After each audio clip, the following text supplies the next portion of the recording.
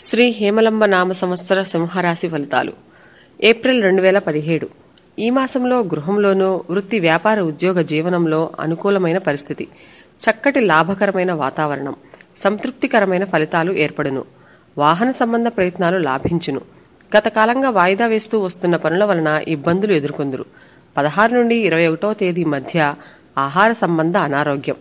మాసాంతంలో అందరి మన్ననలు, సంతోషకర రోజులు.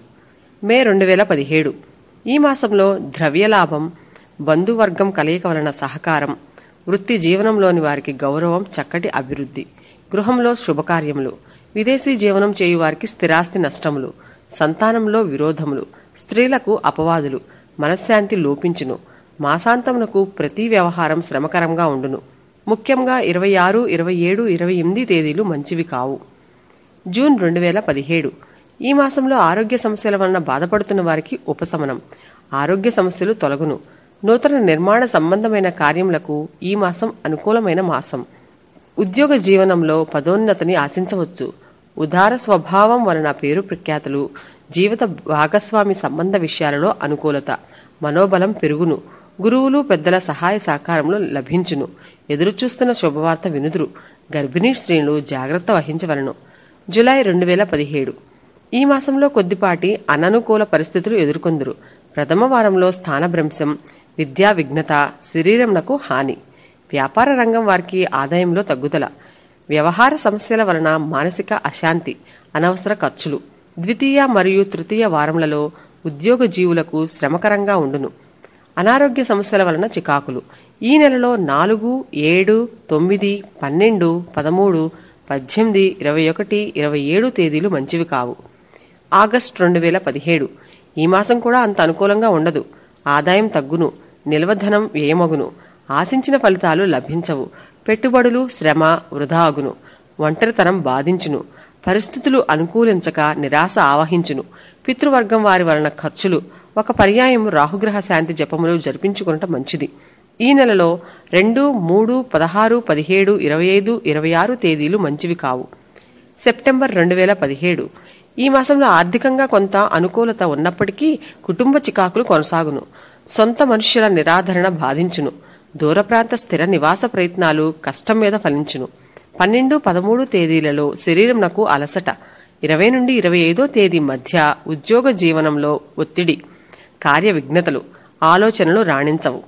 అక్టోబర్ 2017 ఈ మాసంలో పరిస్థితులు మెరుగుపడును. భాగస్వామ్య వ్యాపారములు మాత్రం లాభించవు. తొందరపడి పెట్టుబడులు పెట్టడం మంచిది కాదు. మాస మధ్యంలో దైవ దర్శనం, పారమార్థిక చింతన, ఆర్థిక పరిస్థితులు సంతృప్తికరం. బంధుమిత్రులతో జరుపు మాటల యందు జాగ్రత్త అవసరం. వివాహ సంతాన ప్రయత్నములు లాభించును. పుత్ర సంతానమునకు అనుకూలమైన కాలం. నవంబర్ 2017 ఈ మాసం అనుకూలమైన మాసం. నూతన గృహ లేదా వాహన కోరిక నెరవేరును. అవసరమైన ధనం చేతికి లభించును. మధ్యవర్తిత్వం వలన కొన్ని ఇబ్బందులు ఎదుర్కొందురు. ఆలోచనలు సక్రమంగా ఉండును. పనుల భారం వలన అలసట ఏర్పడును. తోటి ఉద్యోగులతో తృతీయ వారంలో విభేదాలు బాధించును. క్రయ విక్రయాలలో లాభం. కొత్త విషయాల పట్ల ఆసక్తి పెరుగును. కలత్రమునకు కొద్దిపాటి అనారోగ్య సమస్య. డిసెంబర్ 2017 ఈ మాసంలో శరీర ఆరోగ్యం బాగుండును.